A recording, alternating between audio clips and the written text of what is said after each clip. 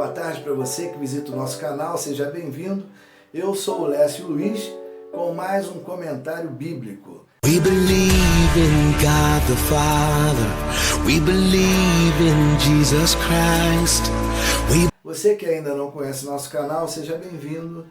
E nós vamos falar agora de um assunto muito interessante. Nós falamos no comentário anterior, falamos sobre o livro de Esdras, e hoje nós vamos falar sobre o livro de Neemias, que na antiguidade era um livro só. Na era cristã ele passa a ser 2 livros em questão de organização, mas um livro completa o outro e tratam do mesmo assunto, a saída do exílio e a reconstrução da nação de Israel. No comentário anterior nós falamos por que os judeus estavam na Babilônia, como que eles foram para lá e por que a nação tinha sido destruída. Primeiro que Jeremias, durante 21 anos, fala para eles, olha, vocês vão ser exilados se não ouvirem a voz de Deus, e realmente eles não ouviram e foram escravizados pelo rei Nabucodonosor, que havia tomado conta de muitas nações naquela época, de muitos territórios. Mas aí também tem a profecia de Isaías, no final do capítulo 44 e no comecinho do capítulo 45, Isaías profetiza, falando que um homem com o nome de Ciro os libertaria do cativeiro. E tudo isso estava se cumprindo no livro de Esdras. Inclusive, uma observação aqui, Ciro, nem o pai nem o avô dele haviam nascido quando Isaías havia proferido essa profecia, né?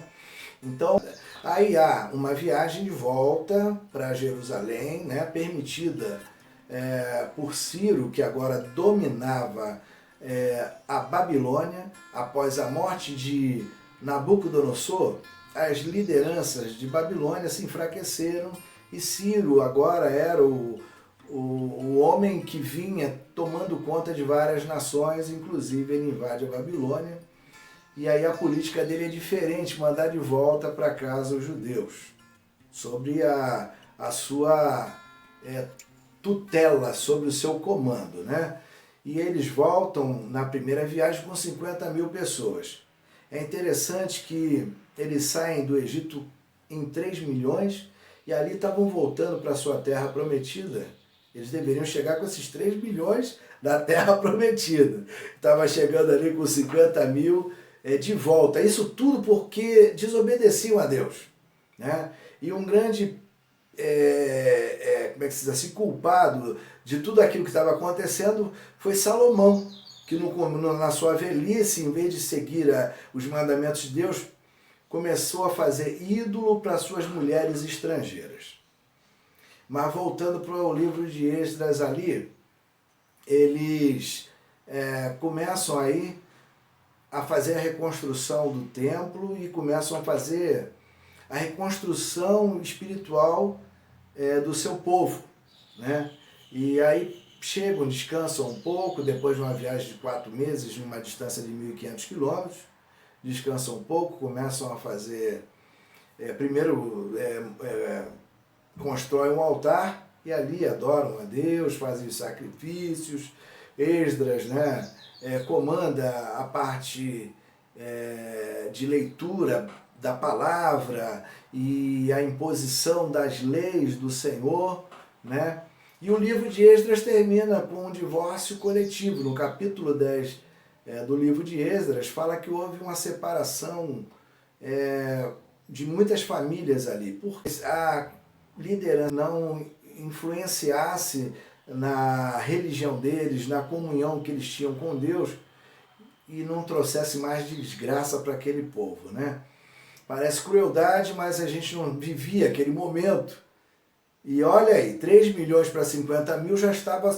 A nação de Israel, ela estava se deteriorando, né? E faltava pouco para isso. As 10 tribos desapareceram, se misturaram com os outros povos, já não adoravam só a Deus, eles eram sincréticos, né? Tinham se filiado a várias outras doutrinas, e Deus queria que seu povo fosse um povo separado. Por isso ele tinha determinado que eles não se misturassem com outros povos. Aí termina o livro de Esdras, né, com essa separação coletiva. E aí o livro de Neemias, o dito, né, que a gente falou que ia comentar, vocês veem que tem que falar de toda essa história para a gente entrar no livro de Neemias. E aí agora o livro de Neemias começa com o relatório de Anani, é o irmão de Neemias, que volta de Jerusalém e relata para o seu irmão que os muros de Jerusalém estão destruídos. As muralhas de Jerusalém ainda estão destruídas, e os portões também estão. A cidade continua destruída e Neemias se entristece. O rei percebe que Neemias está triste, né?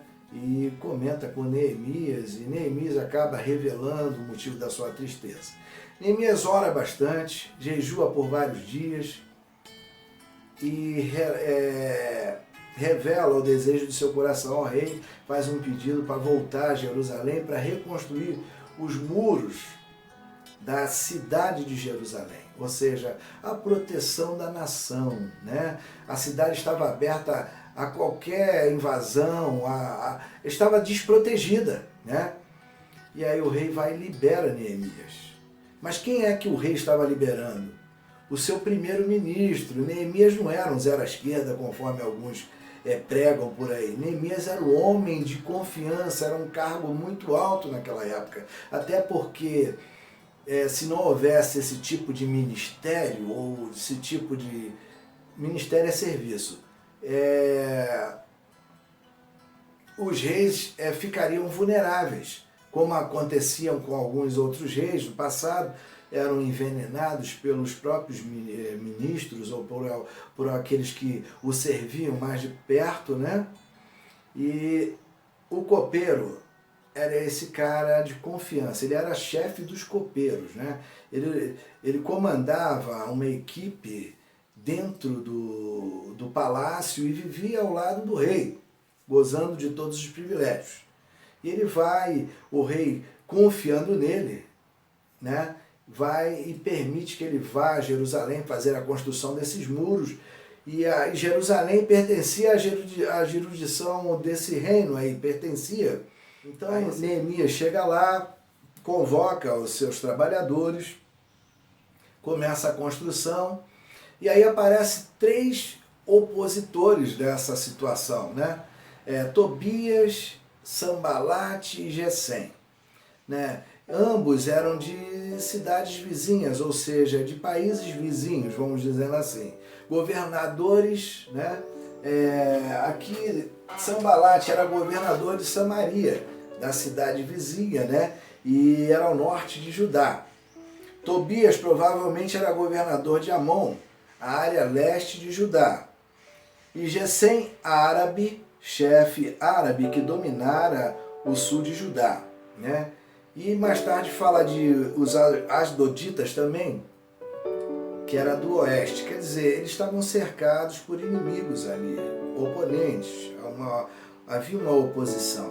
Só que esses 3 camaradas, Sambalate, Tobias e Gesem, se opuseram contra essa obra, não aceitaram a obra e tentaram desanimar Neemias de tudo quanto é jeito, zombaram, disseram que se passasse uma raposa em cima do muro, o muro ia cair, né? E a gente traz para os dias de hoje, toda vez que a gente coloca o nosso sonho para outras pessoas, dependendo de quem seja, eles dizem que nós somos sonhadores, que nós não vamos conseguir.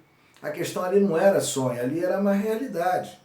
Ele estava construindo realmente os muros da cidade com determinação, após orar e jejuar muito. Ele sabia o que estava fazendo ali. E aí esses camaradas aí, que eram oposição, queriam fazer com que ele se desanimasse, não conseguindo, tentaram armar uma armadilha para ele e chamaram ele para conversar. Ele falou que estava muito ocupado e que ele tinha uma grande obra para fazer. E essa grande obra terminou em 52 dias, né?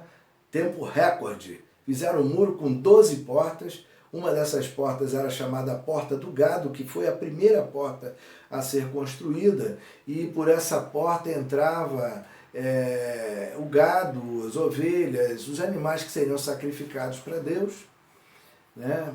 E haviam outras portas também que eram utilizadas. Essas portas, elas não poderiam ser abertas enquanto o sol não estivesse forte, para que o inimigo não tivesse como invadir a cidade, pegasse todo mundo dormindo. Então essas portas se fechavam à noite e só abriam quando o sol estava muito forte. Aí, o que acontece? Neemias se depara com um grande problema dentro dessa cidade. Ele se depara com a pobreza e com a exploração dos pobres. Os antigos governantes exploravam aqueles que estavam famintos, emprestavam dinheiro, e esses mais pobres, como não tinham condições de pagar, eles davam suas terras, e esses exploradores às vezes pegavam suas filhas para fazerem escravas, e Neemias se depara com essa situação triste e começa a ajudar o povo, acaba com a exploração. Inclusive ele coloca dinheiro do próprio bolso para reerguer alguns judeus que ali habitavam. Conclusão, levantando a autoestima do povo e sendo justo. Neemias, na verdade, poderia ser um grande exemplo para muitos governantes, né, no mundo inteiro. As pessoas que leem a história de Neemias veem o quanto ele foi justo, o quanto ele amou esse povo. Mas Neemias precisa voltar a trabalhar com o rei estava fazendo aniversário, e ele foi para lá, voltou, permaneceu um certo tempo lá. Quando ele retorna a Jerusalém, sabendo já do que estava acontecendo, a decadência espiritual que o povo estava vivendo, ele vai e volta e encontra alguns problemas, alguns desafios, né, para enfrentar. Os levitas já tinham saído do templo, já estavam vivendo em outro local. Eles não respeitavam o sábado, estavam comercializando no sábado. As mulheres, os homens haviam se casado com estrangeiros.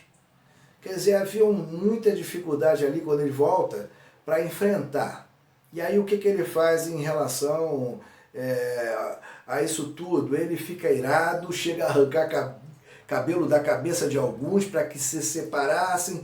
Ele usa as mãos, né, usa a força para convencer aquele povo que eles deveriam se voltar para Deus, e ele a todo custo força aquele povo a se reconstruírem espiritualmente, se reerguerem espiritualmente.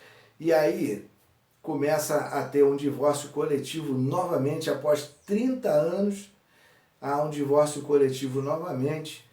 E em questão do sábado, né, os comerciantes iam lá, dormiam na porta esperando o sábado terminar, e ele ameaça esses comerciantes que não fizessem isso, que só viessem quando o sábado terminasse, para que fosse comercializado sua mercadoria. Em questão dos levitas, né? Quando ele chega, ele se depara com Tobias dormindo numa câmara do templo, ou seja, aquele local que era depósito para alimentos, como é que se diz assim, dos levitas. Eles tinham esvaziado aquele depósito, aquela câmara, e ali tinham colocado Tobias. Por que Tobias estava ali? Porque Tobias era genro de Eliasibe. Eliasibe era o sumo sacerdote de Israel. E esse cara começou a fazer concessões, né? Liberou a câmara do templo, o local que era destinado às ofertas para os levitas, e aí liberou para o seu genro chamado Tobias. Tobias, ele era influente, né? Nós falamos que ele era governador e tinha uma influência muito grande na política. E aí a gente volta ao caso da corrupção, né, das concessões, que acontecem em muitos governos, né? E ali estava acontecendo isso, né? E ele se depara com essa situação, expulsa Tobias, né, dessa câmara, limpa, manda consagrar o local, né? E lembrando que Tobias era o opositor, né? Ele era contra o muro. Agora estava lá dentro da cidade porque tinha se casado com a mulher do sumo, ou a filha do sumo sacerdote. Ou seja, ali estavam acontecendo dois erros gravíssimos, né? O sumo sacerdote tinha dado sua filha em casamento para um estrangeiro. E o local que guardava as ofertas para os levitas estava ocupado pelo estrangeiro. Então, Neemias vai, limpa, tira tudo que é de Tobias ali, traz os levitas de volta, ou seja, os homens que eram responsáveis pela adoração, por tudo que se envolve em culto a Deus, né? O cuidado com o templo. Ele traz de volta esses homens e o povo aí começa a trazer oferta novamente para a casa de Deus, né? E aí a gente vê o cuidado que Neemias tinha com o seu povo e o cuidado que ele tinha com as coisas de Deus. Fica aí para nós uma lição, né? De que quando a gente começa a abrir concessões, o inimigo ele vai tomando espaços dentro da nossa casa aos poucos. Se Neemias não retorna e não faz essa restauração espiritual com o povo de Israel ou o povo de Judá, aquele povo novamente seria dominado. Não adianta você ter a casa murada e colocar o inimigo dentro da tua casa. E é isso que eles estavam fazendo.